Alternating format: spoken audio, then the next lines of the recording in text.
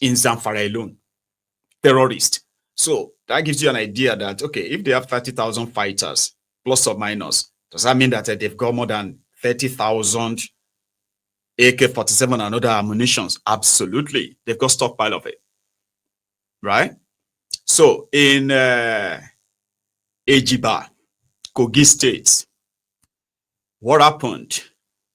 What happened at the church where in Kwara, where they took they took worshippers for about 6 days, demanded 38 worshippers, and that was Eruku. Remember Eruku in Kwara State.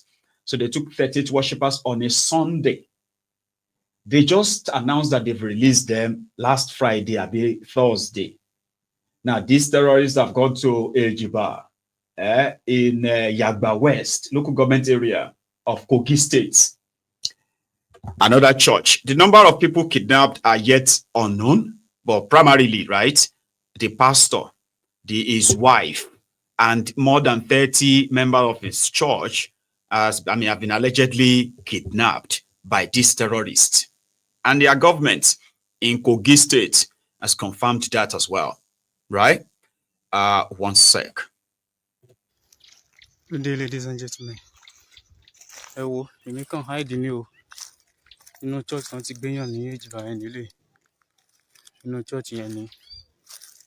Okay, we talk about the there will be talking about you know, church any. You don't teach young village bar.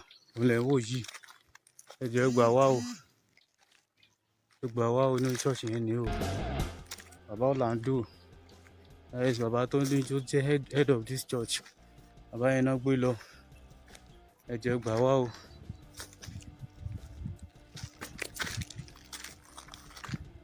You know, church any. See how can only buy. You know, church any. You know, church not teaching young when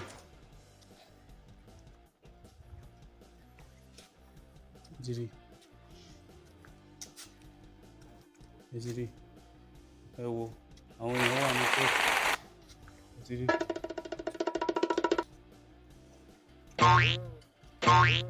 Rí wọn ti pa speaker wọn pa anything. Ó dá ibi tán gbà jáde ni. Ejiri àwọn èèyàn. Ejiri nǹkan tó ṣẹlẹ̀. Àfikọ́ ló ń gbà wá ní o. Àfikọ́ ló ń gbà wá ní o. Happening live at Ejiba, Kogi State, Yagba West.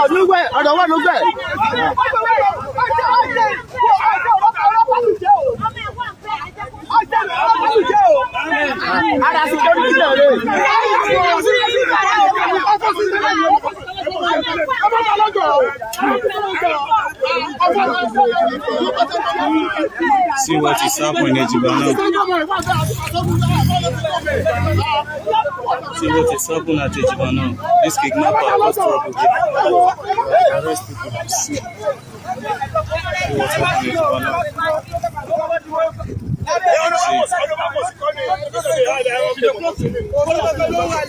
Àwọn sójà bá yín wí. Wọ́n fẹ́ kọjá.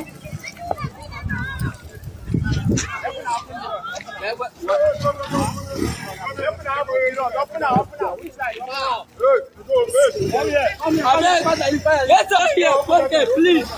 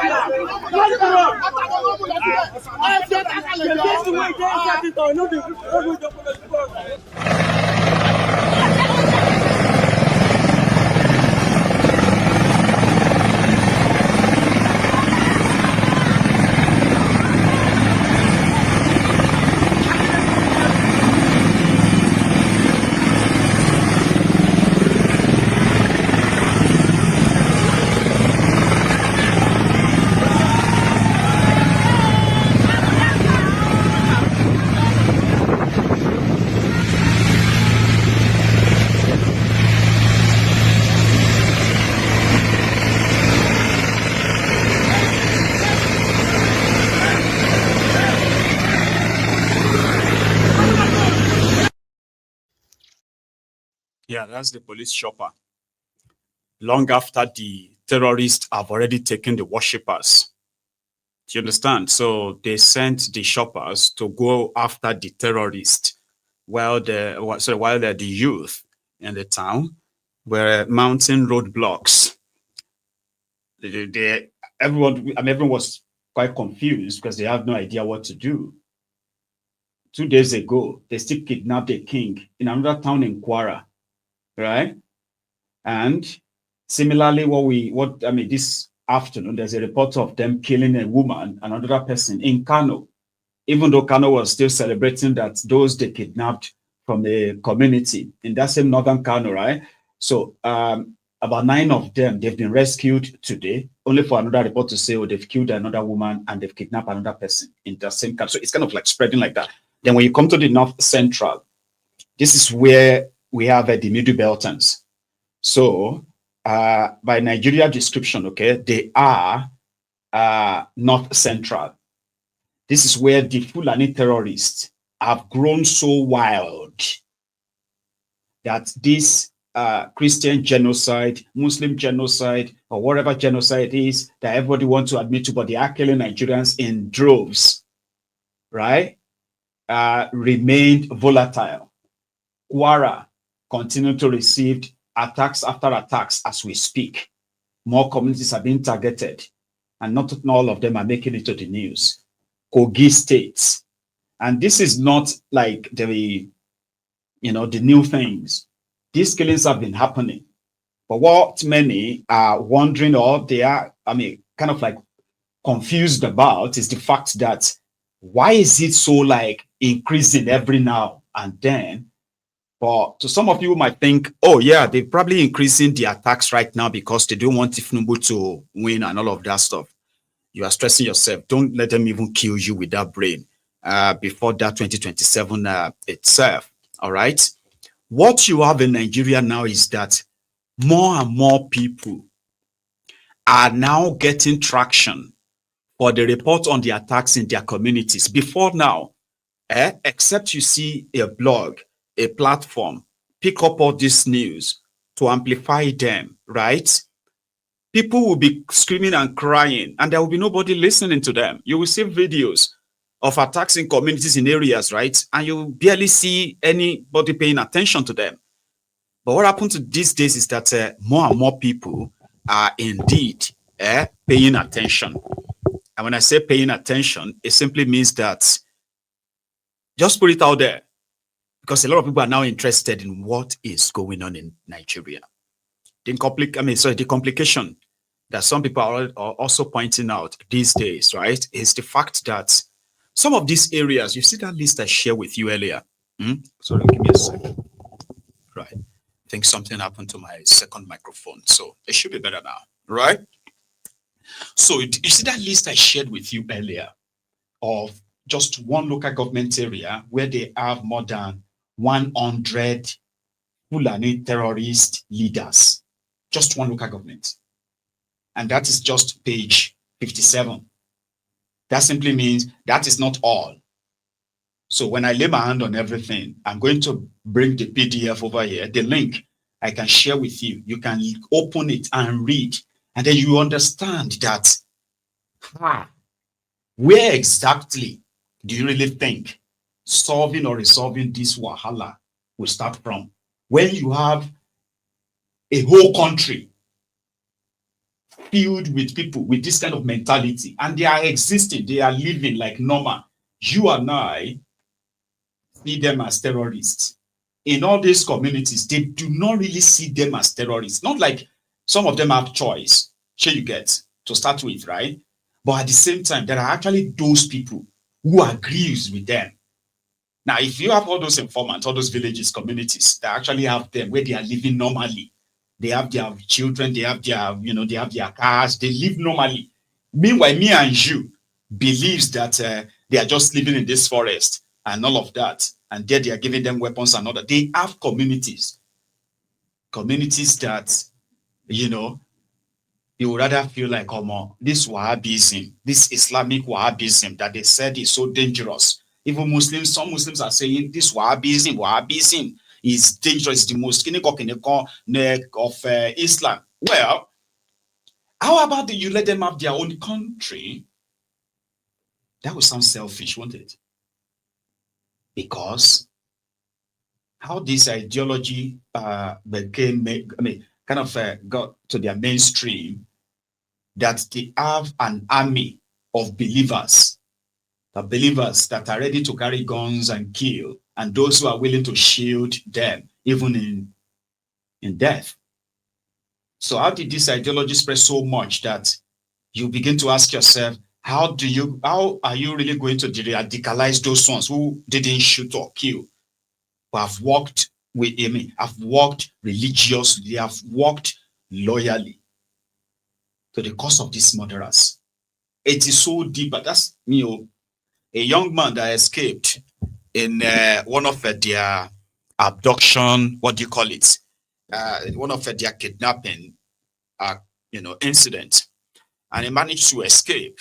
So when he finally got closer to where people rescued him or saw him, and they interviewed him, and he told them what happened, and he also said that he strongly believed that most of the people, when you travel down north, when you travel on some of these terror-prone areas, you will realize that some of these communities that looked harmless, they are informants for these terrorists who are dwelling at the back of their own forest and all that. It sounds so strange, but if you have been collecting if you have been documenting the eyewitnesses account, the victims' accounts, and all that, including those who have experienced these kidnappings and they've survived it. All right, paid ransoms. They have given different information, so to say, right, on their own experiences. We've had people who have said that most of the places where kidnappers or terrorists kind of come out and kidnap people, they are mostly not far from the police checkpoints.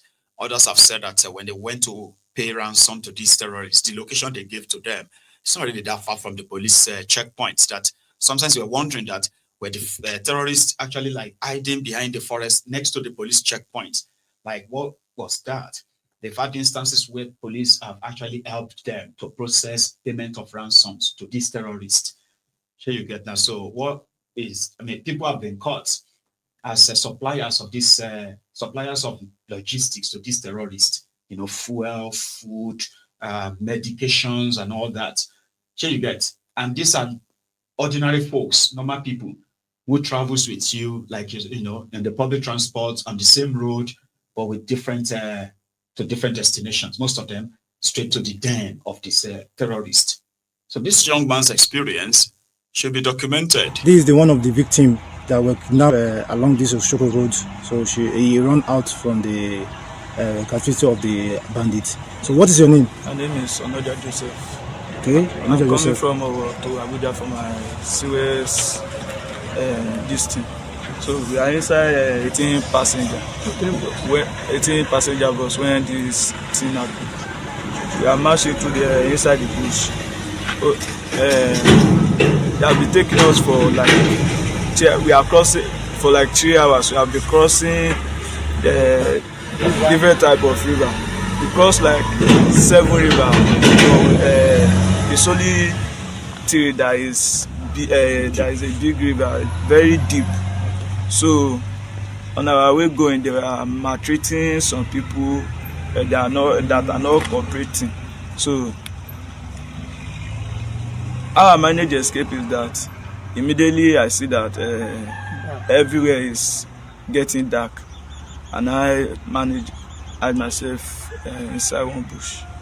Okay. That was why I escaped. So as I was coming out, I saw 3 men outside that night. In this village? Yes, in this village. I was even thinking I am safe in their hand. In the Shoko village? Yes. I was even thinking I was safe in their hand. When I started, they were asking me questions those people have bike, something like that. They're all gone. There are plenty. I said yes. That was when they started calling them. Why will they allow someone to escape during the operation. Tell them they are speaking language. Yes, they are speaking the Kaba language. Kaba language. So you the yes most. Yes. Because you understand Yoruba. Because I understand Yoruba, and it make me pick up. Yeah. You are from which state? I'm from Benue State.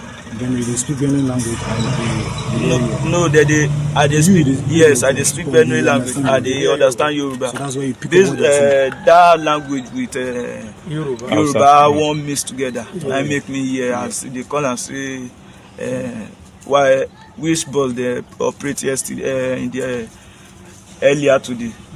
Can't say they operate 18 passenger. Can't say yes. Can't say one escape. Say why they go let person escape out of them. Because we can sit down and say, I can't tell the man say I come make I go toilet. Because we can toilet for here where they see me now. I can't say I person where they shot. Say make I move from small. Now yeah I run. Okay. Then when you people come across the attack, like what they carry and their numbers. They carry a lot of weapons. They even carry weapon. They even get weapon. We be say. Be like say they no fit hold am. Now on top bike the mash and put where they dey shoot.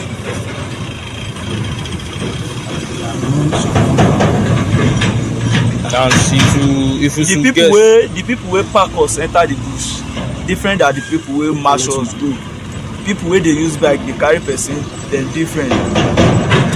All those people wey come road yesterday wey those one are to cause distraction. People wey march us dey go different. People wey carry bike as we dey go sef we even dey see their wife wey dey greet them well done. As we dey enter inside bush dey go wey we dey see their hut they come dey greet them say well done how na dey. We even dey see their wife, see their children, see. This is the one of. So there's so much to unpack from what that young man just said, right? There's so much to unpack. That the terrorists, the Fulani terrorists, they are known.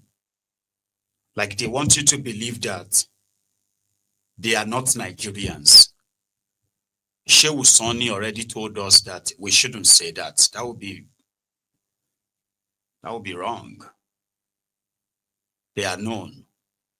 The Fulani terrorists operating in Nigeria, kidnapping people, they are established in this forest. They have wives, they have children, like that young man just said. And it's like they are working shifts. The way he said it now is like they are working shifts. Those that will kidnap you from the main road, those are just like to distract and all of that stuff and take you. So when they manage to take some of you, then they will march into the bush. You will be walking through towns. Some of these small communities, small villages that you'll probably be seeing. They will see that they are marching people, 20 people, 30 people with gun like that. And you will see people and you just be wondering like, oh my God, how was that convenient? Like we are not animals. This is not somebody marching his cow or leading his cows. No, we are humans. And how come these people are like indifferent? Only few people will probably be observant enough. Then from that information, it means that those who kidnap people on the road, they are different from those who are going to continue to march them into the deeper jungle. And I have seen witnesses, survivors, who are giving accounts that in their camps where they tie people down like animals, they will tie your hand, tie your legs, and they will it's, you know how they tie animals, right? When they will put a peg down, you know that peg, they will put this peg down, and then they will tie your hand, tie your legs, and they will and then tie you to and then tie you to that peg. Rain or sun or winter or anything, or you are there until your people bring ransom. Then you are going to be seeing their children, their wives, whose heart pretty much is not far from where they tie you. Sometimes they will look at you and see you and come around. If they say they should give you food, they will. If they say they shouldn't give you food, they won't. Like these guys should be, they will have this their forest here. Or let me say they will have their base in this forest here. unchallenged, unchecked. And they can travel as far as 40, 50 kilometers away, 60 kilometers away to go and kidnap people. And they will march you through that forest, hand you to another group, and then hand you to another one. Or sometimes they themselves will